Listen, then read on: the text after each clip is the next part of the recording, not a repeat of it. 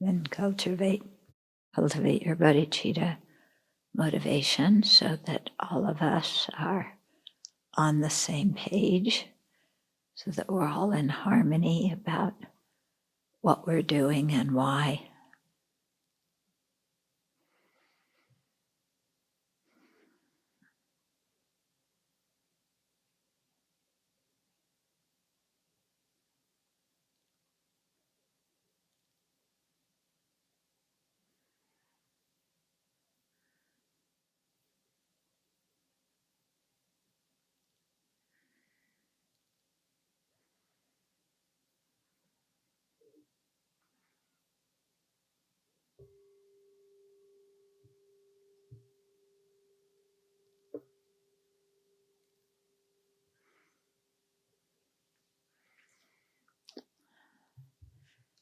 Okay, so I'll start with the questions this time.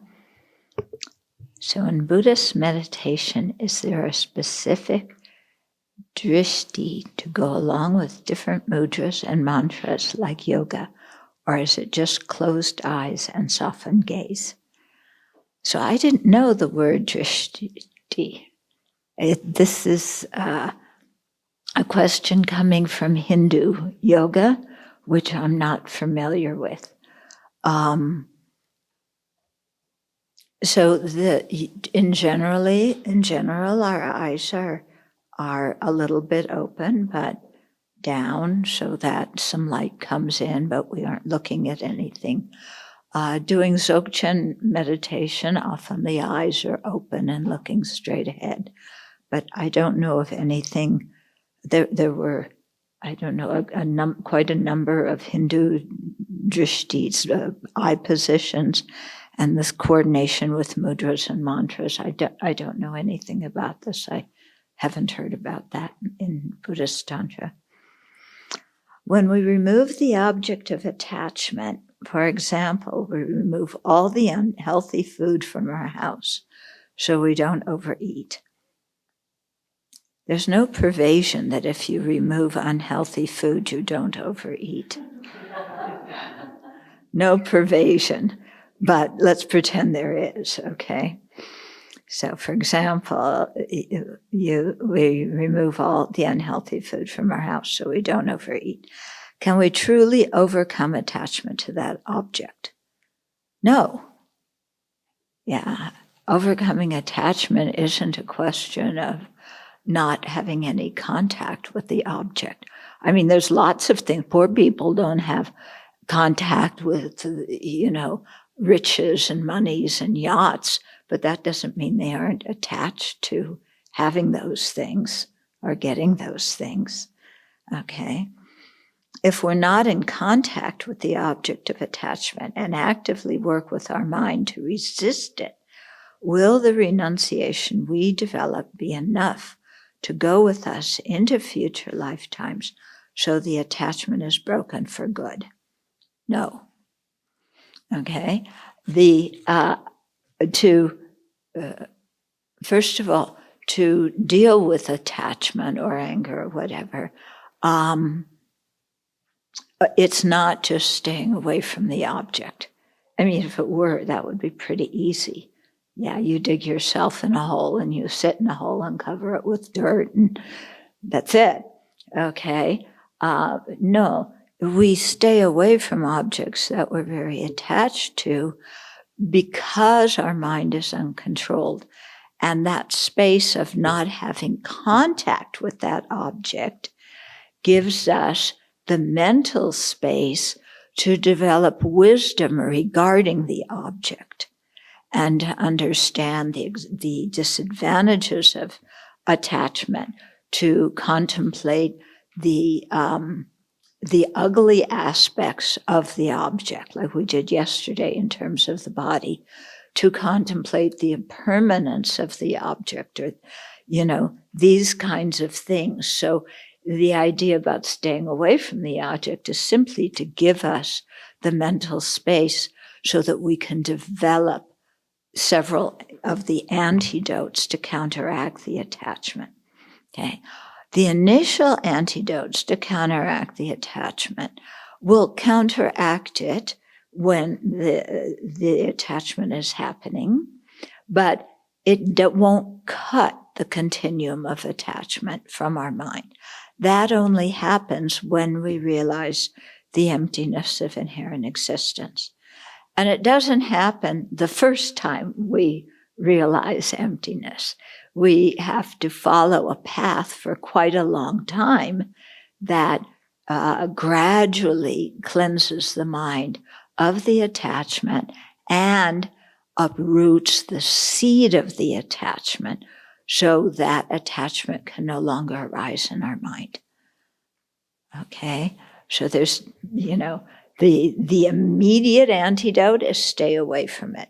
The next antidote is, think about the impermanence of the object, the disadvantages, the foul nature of the object.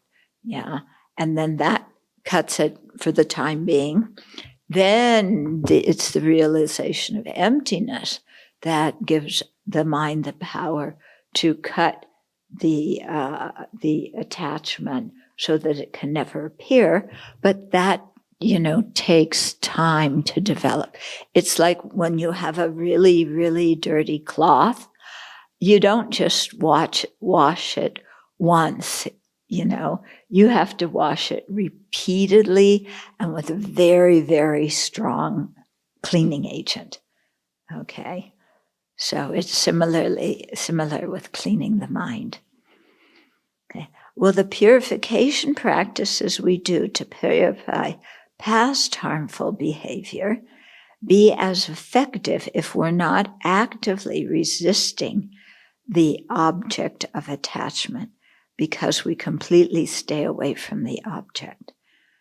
Okay, so the purification practices, if we do them with wisdom, understanding the disadvantages of the attachment, with sincere regret for the actions that we've done under the influence of attachment, okay? One of that is very strong purification. One of the four opponent powers is having a determination not to do the action again. So maybe that could be equated with what this person calls actively resisting the object of attachment. In other words, if you see that your mind goes out of control with a certain thing, or, then you do negative actions regarding that, then you make a firm determination to not do that action again. And if you don't feel so secure that your mind has a lot of power before that, it has a lot of power for that determination to avoid the object, then you might start by staying away from the object again in order to build up your wisdom that counteracts the attachment. Okay? Just making sense? So counteracting attachment isn't just, not having contact with the object. Like I said, if you're poor, you don't have any contact with riches and palaces and things like that. Does that mean that you have no craving for those things? No. You can have craving for them. So we need to understand with wisdom the faults of attachment, understand with wisdom the faults of anger. Okay? It's not just a thing of intellectually saying, I shouldn't have attachment. Shoulds don't do a whole lot to change our mind. They might be a good start, because at least we're recognizing we need to go in this direction. But you can't keep shoulding yourself. Yeah, because we have to use wisdom. Okay, anything more about this? Okay, then we will go back to the text.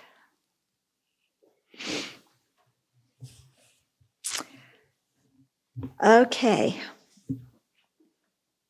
So we were yesterday talking about the fault of not controlling the senses And we ended on a verse of praise to those who are able to control their senses.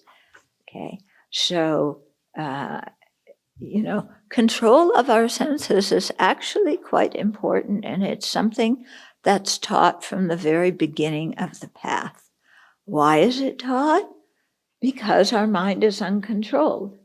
Yeah, so we stay away from the things that our mind gets uncontrolled about. So in order to give ourselves the space to really investigate the nature of the object and to understand with wisdom why having attachment for it is inappropriate. Okay? Attachment in general is based on exaggerating the good qualities of someone or something. So we have to understand how attachment is exaggerated. It's based on exaggeration.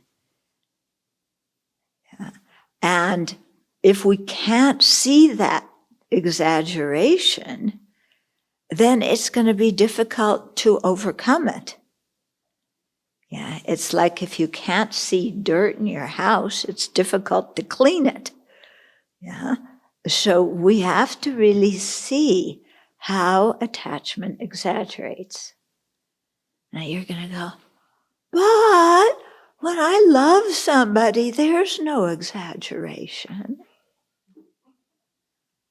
Well, if there's no exaggeration and that person has every single one of those qualities that you believe they have, then everybody should see that person in that same way and love them the same way you do, because that person would be 100% wonderful.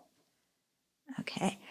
If there were no exaggeration and that person had all those qualities, your perception of them would never change. Yeah. So even if they made a mistake or they were mean to you or they cheated somebody, you would still see them still as 100% wonderful. And even when they were 80 years old and bent over with wrinkles, they would be just as good looking as when they were 20-something. Yeah. One day we were going to give a class in Coeur d'Alene, and we were taking a teenager down with us, and we stopped in the park to have a picnic. And the teenager was looking at all the guys playing sports, and she was really eyeing those guys. And, you could see attachment coming in her mind. And I said to her, what do you think? How do you think they would look when they were like 70 or 80 years old? Would they be just as good looking? And her face went from to, yeah, it's like it became, okay.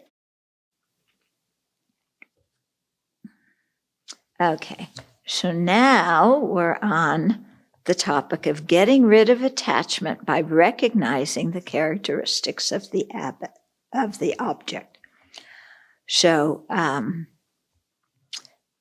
the first point here is getting rid of attachment by fully recognizing that the chief source of desire in the world, source of desire in the world of desire, in the desire realm, is the body of someone you are sexually attracted to.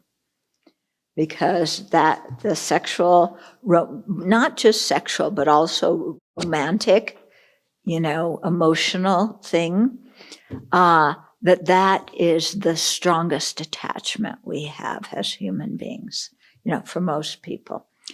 So here it's using the example of a young girl's body.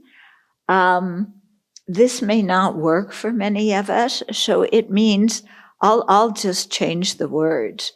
So because it means the body of someone you are sexually attracted to, okay?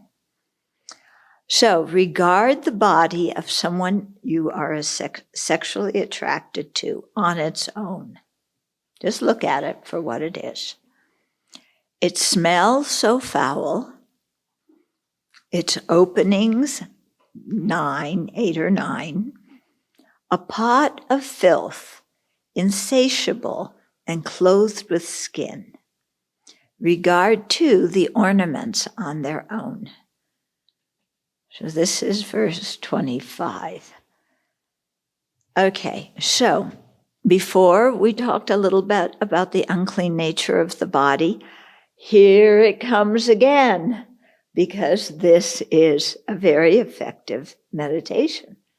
Of course, a lot of people don't want to do it. Yeah, or they do it very quickly and skim over it because they don't really want to reduce their attachment for other people. Okay? They want to have their attachment. And this meditation, if you do it seriously, it works. Okay? So we look at the body of somebody that we're attracted to. Yeah, does anything that come out of that body smell good? Sweat, spit, vomit, mucus, pee, poo. Any of it smell good? Any of it desirable? No. Okay. Basically, the body is what he calls here a pot of filth. It's a pot of vegetable goo. It's covered with something that looks nice sometimes. But if we really look at what that body is, it's not something particularly attractive. You know, if all of a sudden all of us shed our skin and we were sitting here without any skin, just the bones and, you know, the muscles and everything on the inside, you know, showing, what would you think? Yeah, would all these people look so nice? Would they smell so nice? Yeah, if everybody, you know, even shed the muscles and the tissues, and we were all sitting here as a bunch of skeletons, yeah, then what? Does everybody look so attractive? Okay, so, you know, the body itself is not so attractive. It's clothed with skin, and if the skin is young, that looks good. Yeah, but the skin is not getting any younger. Yeah, and it's so strange in this society because everybody idolizes youth, but nobody is getting younger. So we hold as an ideal something that nobody is going towards. If that isn't crazy making, what is? Yeah. Everybody wants to look like the models in the magazines or like the, you know, the sports heroes or the soldiers, whatever it is you find romantic. Yeah. But even those people in the pictures and the movies and so on don't look like that because all the photos are airbrushed. Yeah. So even the models don't look like the models. And then it says, look at the ornaments that, you know, whatever is decorating that person, because you might say, well, the body's not so great, but the ornaments, that's what really turns me on. Okay. So if you put all the ornaments here, you know, do you get jazzed? Yeah. And they have a really good example here. You know, the sandalwood oil, was used to perfume people in ancient times. So that was something that, was supposed to be attract you to that person. But if it were the sandalwood oil that is so attractive, then you would get turned on looking, with a sandalwood tree too. Yeah.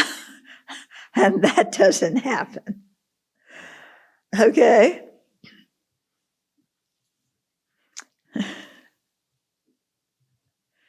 Okay.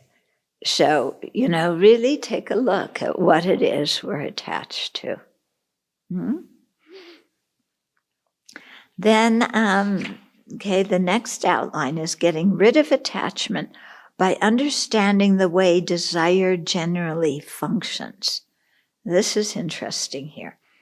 A man with leprosy, could be a woman too, a person with leprosy consumed by germs will stand before the fire for comfort's sake, but still find no relief. So know the same is true for those attached to the pleasures they desire. So if you've ever spent time in India, there are a lot of lepers in India. When somebody has leprosy, their fingers and hands, the extremities, start getting eaten away by the infection, and and their fingers fall off, and so sometimes you only have stub for fingers, and then it gets worse, and that whole hand is degenerate, and there's kind of just a stub here. And these are very often the beggars, that line the roads. Okay. It itches tremendously when you have leprosy. And one thing that calms the itch is to put the limb in fire, to kind of cauterize it. Yeah? Okay. So, in their longing to be comfortable, lepers will put their limbs, here it says standing before the fire, but I think they stand so close to the fire that the fire cauterizes, wherever the infection is. And temporarily they find relief from the itching and the pain. But then again, the itching and the pain come back. Okay, so their distress only increases, They do what they can to stop it. It comes back. They burn it some more. It comes back again. And so this is also what happens to what they call childish people, meaning us, people who are childish regarding the Dharma, who are attached to pleasure. Yeah, you chase after something, you get it, it seems to satisfy your craving for a while, and then after a while you want more, you want better, you want something different, So there's a verse from the Jewel Garland that says, if bliss it is, well, I'm going to translate to regular English. If it is blissful to scratch an itch, imagine the greater bliss it would be if you didn't have an itch to start with. Okay. So too with worldly desires. When you satisfy them, you get some bliss. But the greatest bliss is to be free from the desire. So think of your mind when you really, really wanted something. Yeah, it could be a physical object. It could be a relationship with a certain person. It could be a position in the company. It could be a degree. It could be golf clubs. It could be, who knows what, okay? You really want this. So if you remember a time when your mind was like that, was your mind peaceful? Was it, was it peaceful? Was it relaxed? or was it agitated by the craving? Okay. When I was in high school, I had a friend. I'm still in touch with him now, all these years later. But at that time, all he wanted was a Porsche. And all I heard from him all through high school was, I want a Porsche, I want a Porsche, I want a Porsche. You know? And he was just so stuck on having that car. I think he had the color picked out, the inside, everything, you know? And he couldn't get a Porsche. So for all those years in high school, this is what I heard from my friend about. I want a Porsche. I can't get one. My father could give me one, but he isn't giving me one. You know, I have to go to work after school, and then I'm going to save enough money and I'm going to get a Porsche, but that's going to take many years. And in the meantime, I don't have my Porsche. Okay, so finally after school, I went away. I saw him again years later, and he said, I got a Porsche. Yeah. And I said, good, you know, then what? And it was like, well, I got a Porsche, and it was nice for a while, and then I got tired of it and I sold it. Yeah? So that's kind of the way we are with the things we crave. Yeah? They make us feel good, like for lepers, cauterizing the wound.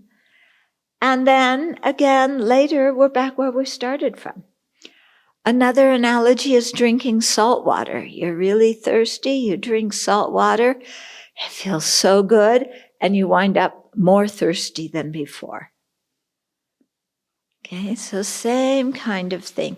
So what it's saying here is actually being free from craving, being free from this desire and clinging and attachment, actually brings much more happiness and peace in the mind than getting the thing that you're so attached to. Okay?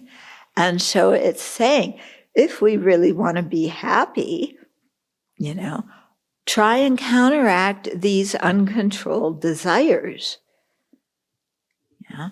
It's like, you know, sure, scratching an itch feels good, but it would be better not to have the itch.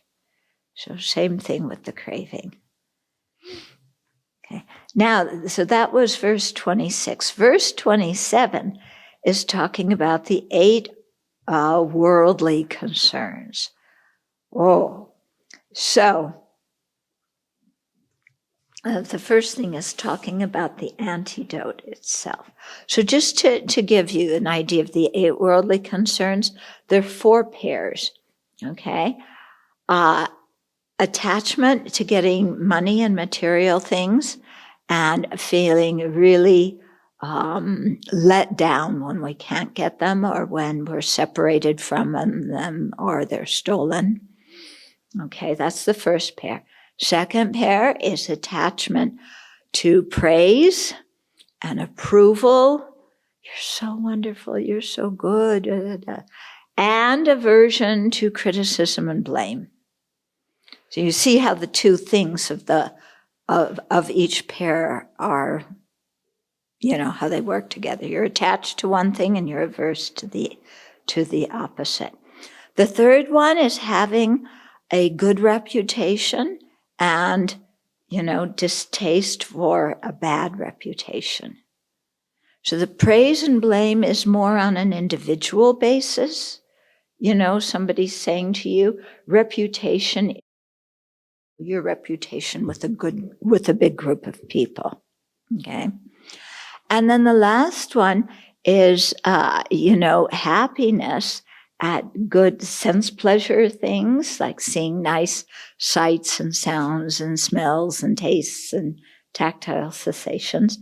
And, you know, getting really bummed out when you have unpleasant sense experiences.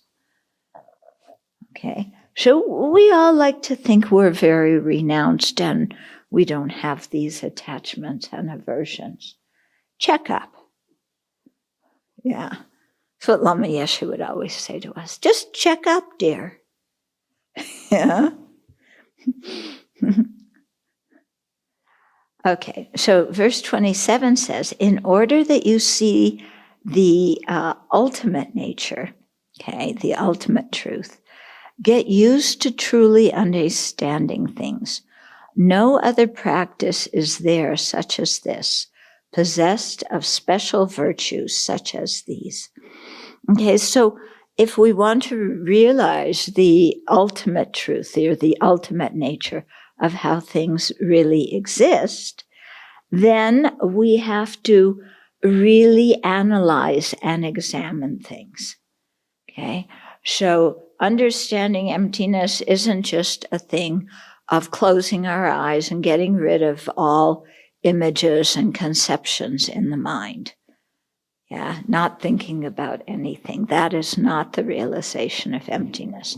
Emptiness here is the emptiness of a special thing that never has existed that we think exists, which is an inherent nature, inherent essence in objects.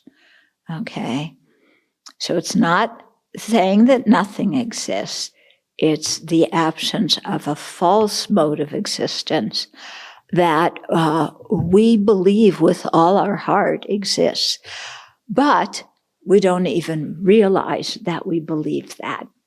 And we don't even recognize it. We're so convinced that the way things appear to our senses is the way they exist. Okay, so we have to get used to really analyzing and investigating, how do things exist? How do they operate? Yeah. And, the wisdom that arises from this, from realizing emptiness directly, is what overcomes the ignorance and the grasping. Okay, then the next one is the advantages of having the antidote and the disadvantages of not having it. Okay, so those possessed of breeding, instead of breeding, what would be a better word? Like privilege? Yeah, maybe privilege or social standing, something like that. Yeah, maybe social standing. So those possessed of social standing, learning, handsome looks, but who have no wisdom, or ethical conduct. So to those people, you don't need to bow. In other words, to the people who have worldly success, good looks, money, social standing, they're not worth bowing to, showing respect to. Okay? But those who do have these two qualities, wisdom and ethical conduct, though lacking other virtues, they may not be particularly good looking. Okay, they may not have high social status. They may not wear jewels and diamonds and, fancy clothes. But those are the people we should revere. Yeah. So just this verse, this is really the opposite to how society usually functions, isn't it? People pay attention to and value people who have high social class or high social standing, who have certain careers, who have money or power or reputation or fame or athletic ability or good looks, and everybody falls all over themselves trying to, brown nose up to those people. Yeah. And what Nagarjuna is saying is, forget that. They really don't have anything that is worth revering if they don't have wisdom and ethical conduct. Yeah, because if somebody lacks ethical conduct, then they're going to be like a bull in a china shop, harming people. They don't have wisdom. They're going to create many more problems for the world than they solve. But somebody who has wisdom and ethical conduct, you can trust. And that person, yeah, you can trust them, and because they're going in a good direction. Yeah, their values are clear. They can make wise decisions. They know what's going on, and they aren't tricked by appearances. Mm-hmm. Worldly people are very, very tricked by appearances. Yeah, aren't we? Something looks nice, and yeah, but we have no idea of what that person is really like. Okay. Yeah, so this is actually a call for us to check out who our friends are. Yeah, who are the people that we're attracted to? Who are the people we want to be friends with?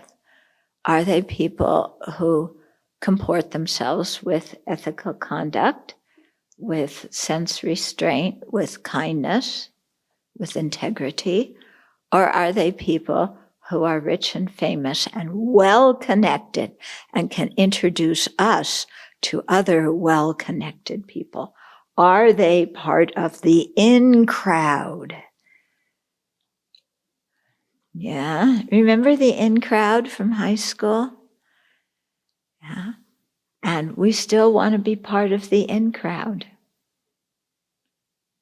because our head's not screwed on right. Yeah. So, check up who we make friends with and why we're friends with those people. Okay. So if there's people who are wealthy and rich and good looking and so on and well connected, but they're kind and they have ethical conduct and discipline, that's great. Be friends with them. Yeah. So we're not saying that anybody who has worldly success stay away from. We're not saying that. It's don't be fooled by worldly success. Look at what is beneath the surface. Okay, then the next verse is what to give up. So the 8 worldly concerns. So this is verse 29. You who know the world take gain and loss, okay, so having material possessions or not, or losing them, bliss or pain, so having nice sensual experiences or really unpleasant ones, kind words and abuse. This is actually praise and blame. And how this book talks about praise and blame is what we would call reputation or notoriety. Okay.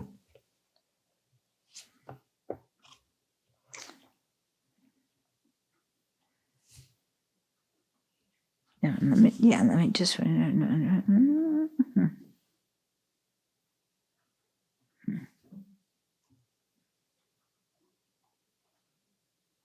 Oh, no.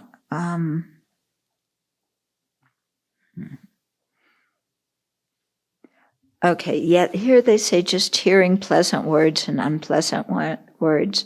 I think that's the reputation one. And then praise, and here it says praised openly and criticized behind one's back. That's more reputation, isn't it? So what they say is praise and blame here is actually the reputation one. And the kind words and abuse is actually praise and blame. Mm-hmm. So anyway, as long as you got the 8, yeah. So it's very interesting to look at our own minds and see how we are involved with all 8 of these. And then to also which ones are the strongest for us. Yeah. don't think you don't have all 8. Okay? We have all 8. But, and look at the way they function. What do we do to get money and possessions? What do we do to avoid being poor? Yeah. Or if our stuff is ripped off. What do we do to get praise and approval? How many backflips do we do so that other people will approve of us? Yeah. Do we say and do things that we don't really mean so that people will like us and approve of us?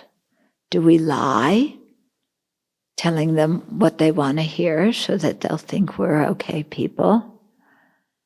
When we don't get praise and approval, do we just go bonkers and cry and get angry and hurt and lash out at other people or lock ourselves away and throw a pity party? Similar with reputation, what do we do to look good in front of a big group of people? Do we lie? Do we, put on airs? And what do we do when we have a bad reputation? Yeah, do we totally freak out? You hear, oh, so-and-so is saying about you that you, blah, blah, blah, blah, blah. Oh, no, all these people think badly about me. Yeah, whether it's true or not, and we get really worried and concerned. So just to check up, do a little bit of observation about what our mind does and then what we say and do to get 4 of these 8 and to avoid the other 4. Okay, what we want to get to as spiritual practitioners is a feeling of equanimity about all 8 of them. Yeah. Now, it sounds crazy, equanimity about all 8, but it's so advantageous to have a good reputation and to have people praise you. What's wrong with that? Okay. Well, if you're a bodhisattva, yeah, you do need a reasonable reputation, not a particularly good one, but you don't want to have, a really bad one because then you can't benefit people. Okay. So as bodhisattvas, these things may be helpful in order to reach out and help other people. But our problem is we want 4 of them and don't want the other 4 of them, not to benefit other people, but for ourselves, out of our own personal self-interest and happiness. Okay? And like I said yesterday, this really runs a lot of our life, looking for these. Okay? And it takes really a lot of courage to start chipping away at them so that they aren't so important in our lives. Yeah? And so it can be very helpful. Like when you get criticized, to say, good, instead of, good, I got criticized. Yeah, I get proud when people praise me. And, and that kind of pride does not help my spiritual practice at all. When people criticize me, it brings me down to earth and puts my feet on the ground and makes me realize I am not special. And that is very helpful for practicing the path. Yeah, because as long as I think that I'm extra special, supercalifragilisticexpialidocious, then I have nothing to learn, nothing to improve on, and so I stop growing. Okay, so it can,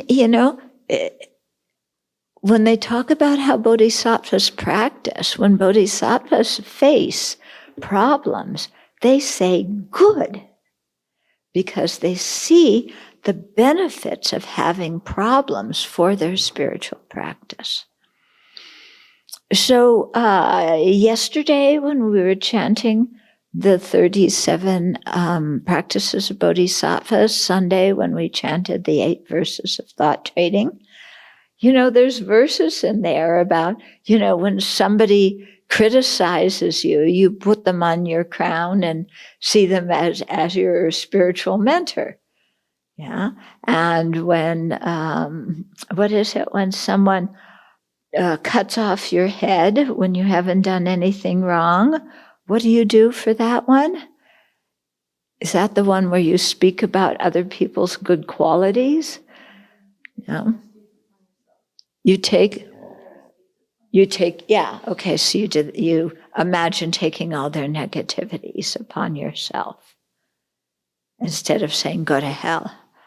Okay, so all these things, when we read the thought training verses, they sound ridiculous because they're the total opposite of what ordinary people want to do in those situations. And that's exactly why, saying that those problems are good for our practice, because they make us practice. Yeah. When everything's rosy in our life, we can get easily very complacent. When we have problems, it makes us practice. Okay. And that's so easy to say, and it makes so much sense when we're sitting here right now. We're not sick, our stomach's full, we feel good around the people. It sounds so easy to say, yes, when problems come, I will rejoice. Yeah, and it really makes sense intellectually when we talk about it. And the moment something happens, all of that is out the window, isn't it? And we are back in freak out mode times 100.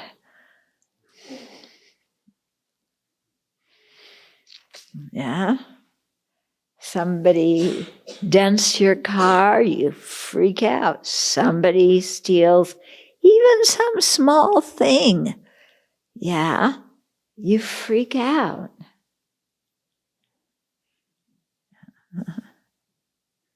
Yeah, what was it? This high school student was so mad because she didn't make varsity cheerleading. Yeah, remember that case? And it went all the way to the Supreme Court so that she got her, she said, my rights to free speech are being interfered with by the schools, saying that I can't make negative comments outside of the school. Yeah, because when she wasn't accepted to varsity cheerleading, she did a little video. She gave everybody the finger. She swore, and she sent it out to some of her friends, and she deleted it fairly soon. But one of her friends showed it to her mother, it got back to the coach of the varsity team, and the coach wasn't happy and the school wasn't happy, and they told her so, and she took that case all the way to the Supreme Court because she wanted to be on varsity cheerleading. Yeah? And they upheld her speech. Yeah, they upheld her speech. So if you are off school grounds, yeah, you can swear and do any kind of nasty thing you want, and the school can't do anything. There were some provisions where the school could do something, if it incited other students or really hurt other students' feelings or something like that. But otherwise, yeah. So, so there's all sorts of examples like this that we that we see. And, we act in the same way. Yeah, you want the promotion and somebody else gets it, and we have a fit. Yeah? And you go around talking to everybody in the office about why I should have it, not them, and you go over your supervisor's head and complain and na, na, na, na, na, na, na, so attached. Yeah. And if you finally get the promotion, then you have the pleasure of, instead of working 8-hour days, now working 12-hour days. Yeah. That's what happens when you get promoted, isn't it? So, look, as they say, look out what you want for, you might get it. Okay. Then, next section is advice on giving up the negative actions that result from the 8 worldly concerns. Okay, so this is verse 30. Perform no negativity, even for the sake of people of high class, like Brahmins, bhikshus, gods, or honored guests, your father, mother, queen, or king, or your court, all your friends. The ripened fruit in hell is for you alone. Right to the point here, okay?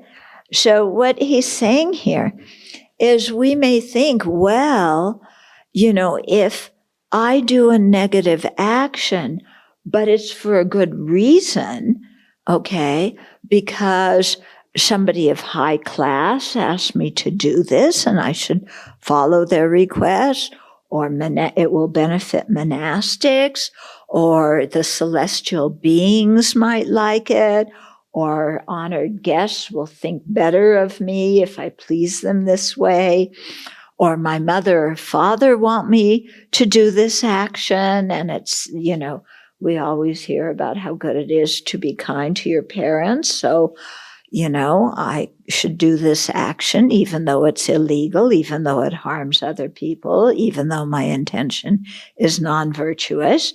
I'm doing it for the sake of my parents. I'm doing it for the sake of my lovers or for my friends. So isn't that good? Yeah, isn't that good? Somebody is criticizing my family. Shouldn't I stick up for them? Yeah, and criticize the people who are criticizing my family? Yeah, these people are poor. Shouldn't I rob from the rich and give to the poor? Yeah, whatever it is. So Nagarjuna's answer is no. Okay? It doesn't matter who you're doing the action for. If the action is harmful to somebody and we're doing it motivated by the 8 worldly concerns, it does not become worthwhile. Even if all the people in the world praise you. Okay? Because this is the thing, we think, well, if everybody else is doing it, and everybody else thinks it's okay, and other people want me to do it and will praise me if I do it, then this must be a good action. Okay? So look at what we're using as the criteria for what to practice and abandon. Okay? It's reputation. What will give me a good reputation and what will give me a bad reputation? It's what other people think, if they'll think well of me or they'll think harmful of me.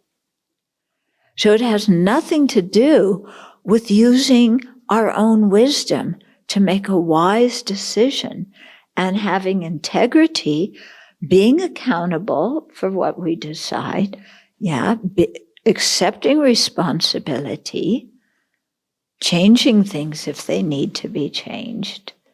Yeah. We don't want to do any of that. We just want other people to give us the stamp of approval. And then, if other people say so, it must be good. Must be good. Yeah.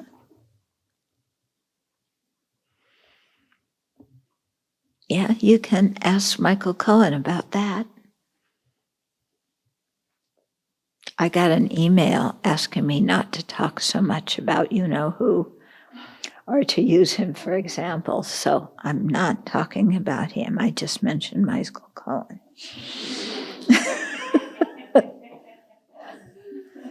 Okay.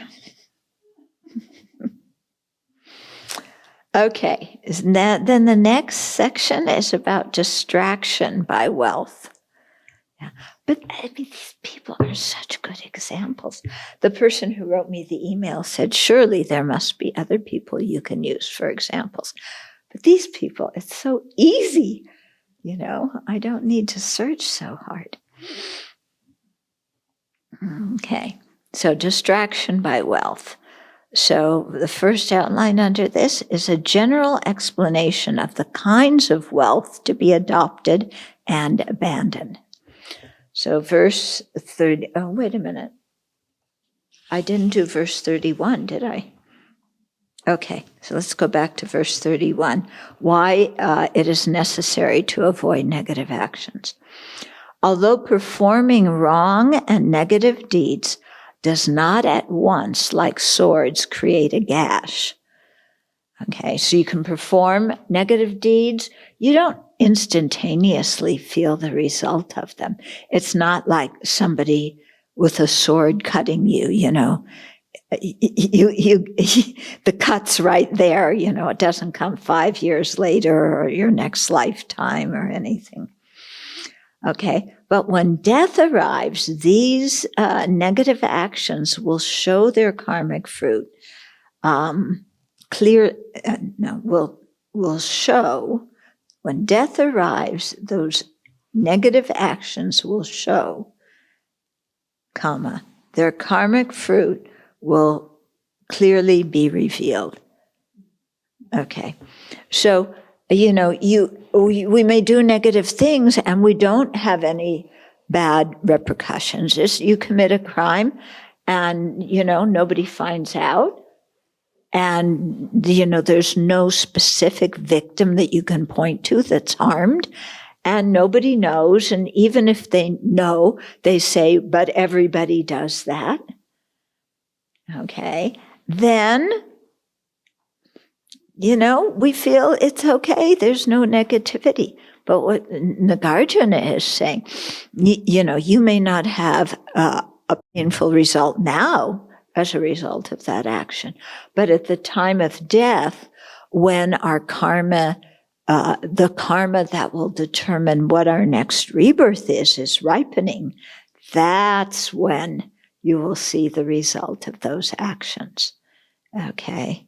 Because it will, those karmic seeds will ripen and throw us into a difficult rebirth. Okay, so that's verse 31. Yeah, so don't think that that's simply because you get away with something or people praise you or people say, how clever you are. You're so clever. Yeah? And, and you say, well, everybody does it. And everybody agrees, well, everybody does it. Yeah, so what's wrong with it? Then just remember, we can't cheat the law of karma. We can't deceive that law of karma. Okay, so that's 31. Now we're on to 32, distraction by wealth. So general explanation of the kinds of wealth to be adopted and abandoned. So this verse talks about what is called the 7 jewels of the Aryas. Yeah, faith and ethics, learning and generosity, a flawless sense of integrity and consideration for others, and wisdom are the 7 jewels Buddha taught. Know that other common riches have no worth.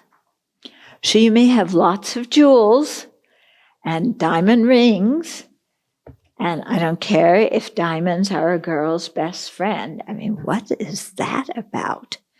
How is a piece of rock going to help you when you're in trouble? Yeah?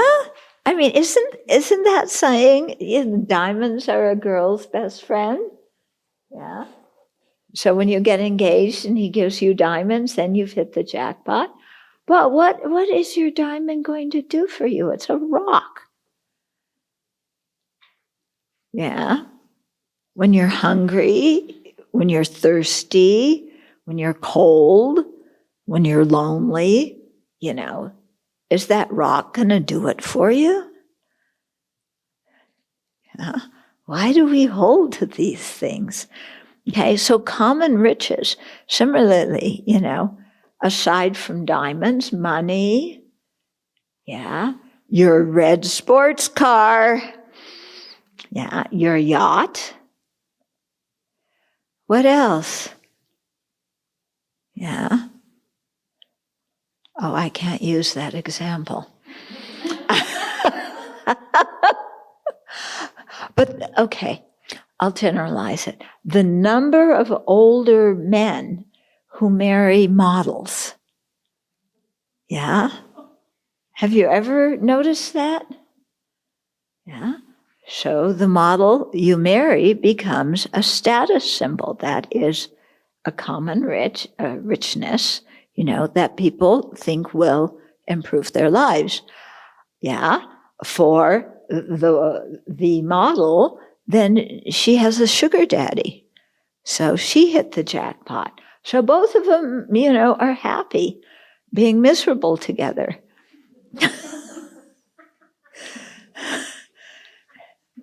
Yeah, it's true, isn't it? Yeah. So here Nagarjuna is saying, these kinds of things that are valued by the world, somebody just gave you a whole chunk of Bitcoin. Yeah. I mean, Bitcoin, it sounds like something you should be able to bite into, What does Bitcoin do for you? Yeah. Or stock. Stock is as weird as money. You bought stock. What do you have? You have nothing in your hand that is useful. Yeah. Somebody in some company somewhere has some piece of paper that says you own shares of a stock. Yeah. And that makes you feel so secure. Yeah. Okay. So Nagarjuna is really saying, look at what we treasure and value. And is it really valuable? Yeah. When we are in dire need, what really benefits us? Okay. Faith. Yeah. Confidence, trust in the three jewels. When you're in a difficult situation, if you take refuge in the three jewels, it calms your mind right down. And, you do a 911 to the Buddha and you figure out what meditation to practice and you change your mental attitude. And what started off as a bad situation becomes quite endurable. Ethical conduct. Yeah, that also benefits us. If we keep good ethical conduct, people will trust us.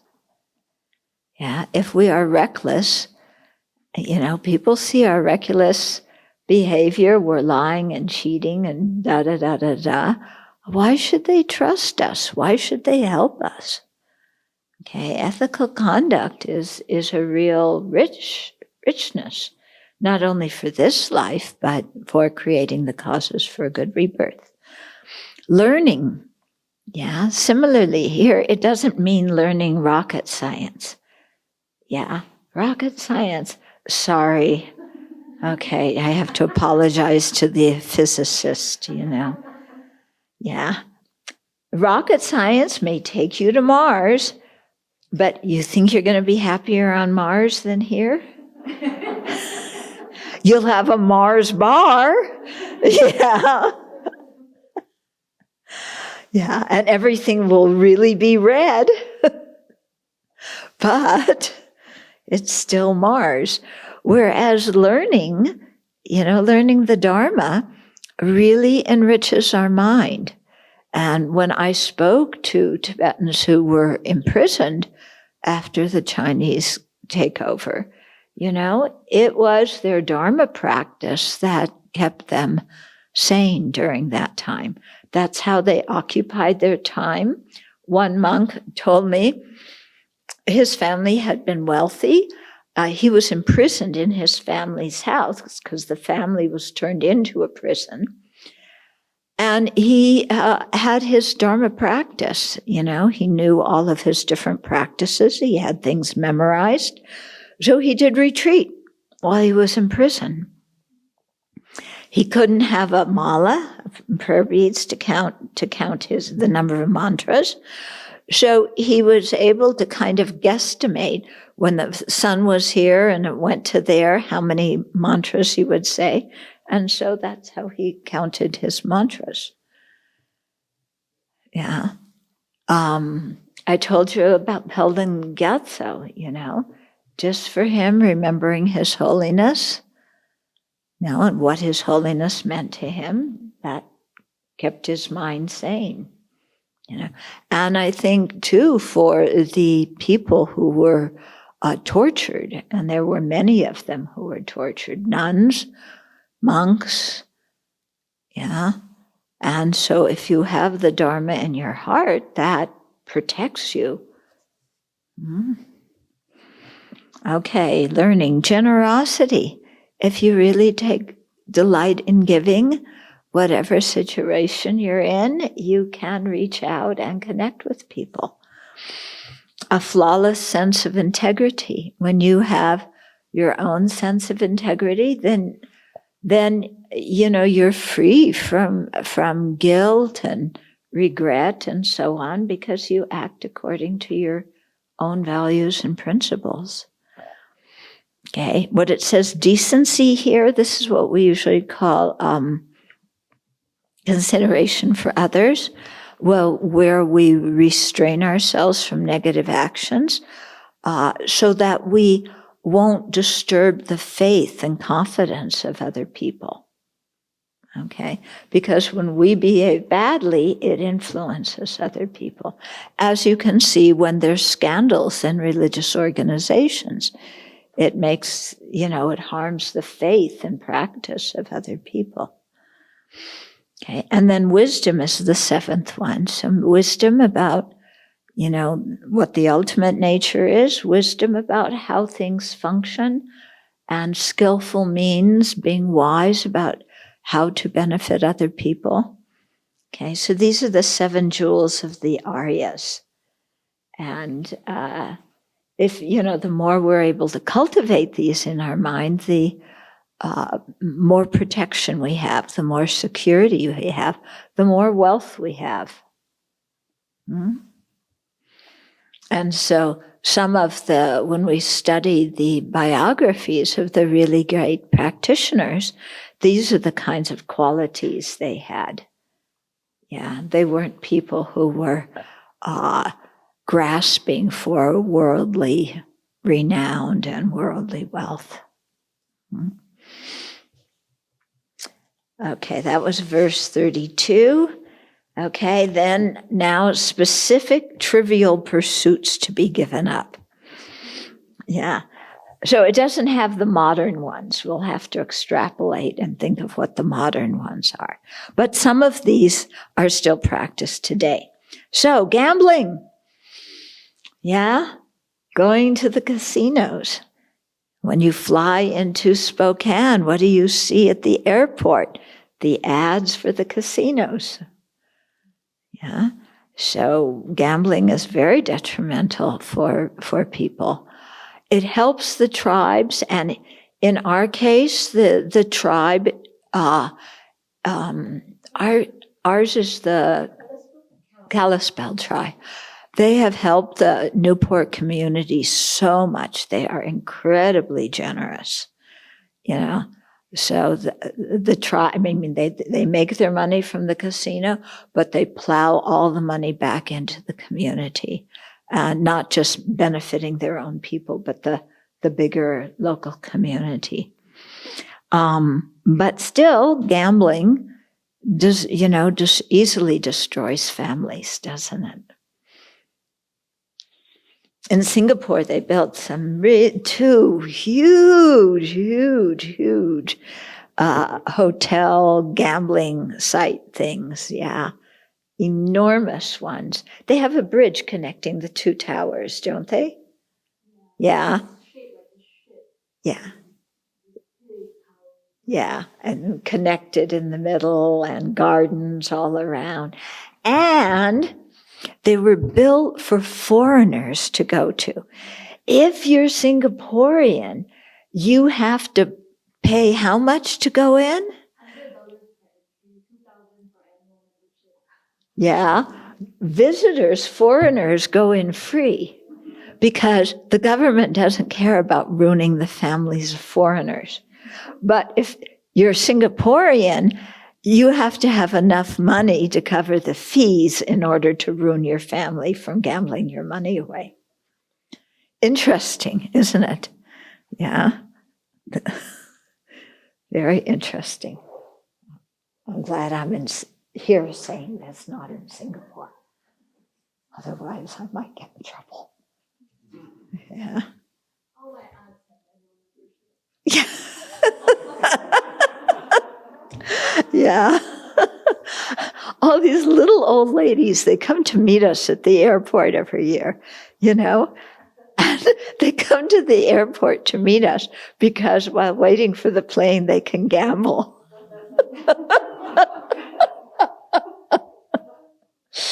Yeah.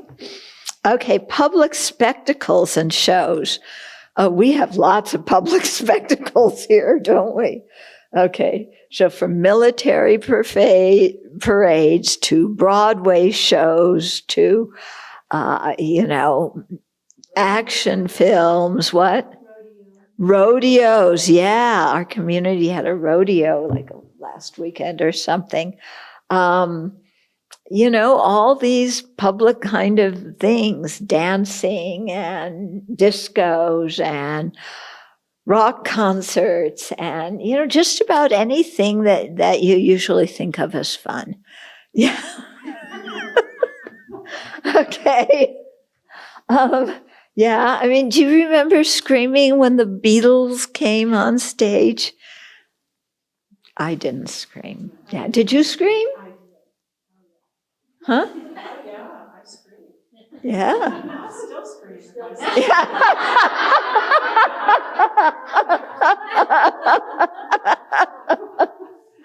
Yeah. They're not as good looking as they used to be, though, are they? Yeah. So, okay. So, all these kinds of things. It's talking here about how we waste our time. Okay. It's not saying don't have pleasure and, you do things that are fun with your friends, but, don't spend too much time doing it. And if you're serious about Dharma, you really cut it out altogether, So I'm really sorry, no miniature golf. Yeah. Yeah. My dad loved playing golf, So all the guys have to excuse me. But I really don't understand why people get so excited about what happens to a ball. Footballs, baseballs, soccer balls, golf balls. People go crazy over where balls are. I don't get it. Yeah. So, anyway. Yeah. I mean, if somebody's engrossed in a football game and you interrupt them, Yeah.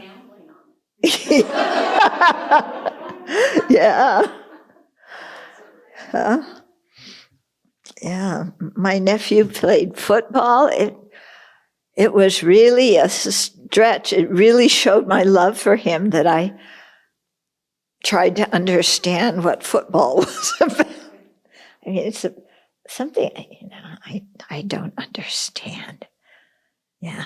I mean, my whole thing with football, okay, was I went to UCLA, USC, sorry, I went to USC when OJ was there.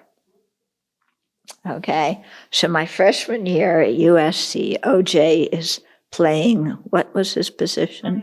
Running back. Okay, he should run forward. I don't know why he ran back.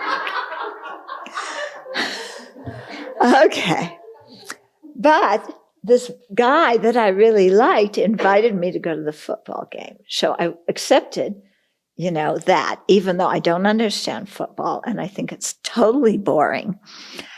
But I went. And so what do you do at a USC football game when you're a USC student and OJ is there? You know what everybody screamed? Kill! Kill! Kill!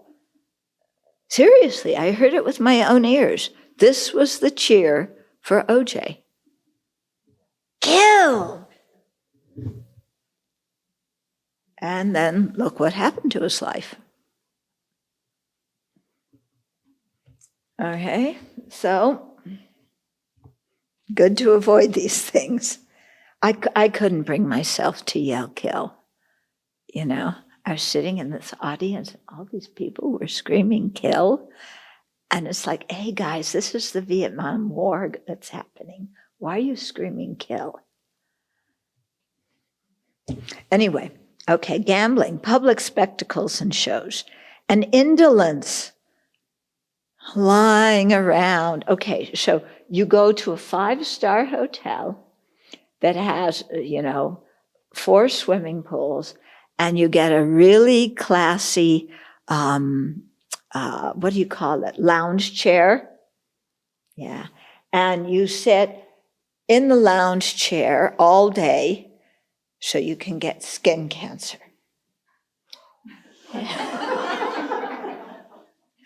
Yeah.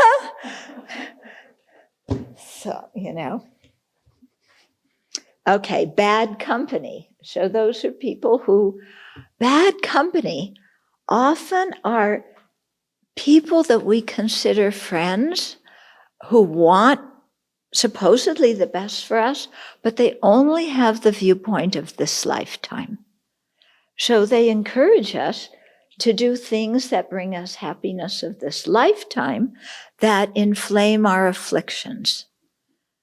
Yeah, so often good friends become what we call bad friends. Okay, so bad company, strong drink, good dope, okay, popping pills, shooting up, and nightly prowls. Okay, nuns, you cannot go on. We cannot go on nightly prowls. Even if we go with another nun?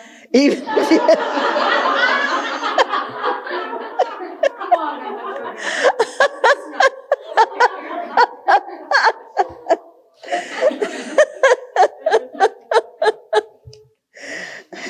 Okay, so, yeah, the nightly prowls, boy, you're taking Upeka for a walk at midnight. Yeah, checking out all the gophers. Okay, so these 6 will lead to lower realms, to unfortunate rebirths and damage your good name even now. So give them up, says Nagarjuna. Okay, so yeah, it ruins your reputation now if you go around with these things. Okay, so we'll stop here. Again, I spoke too long. We didn't have time for questions, but you can send them in.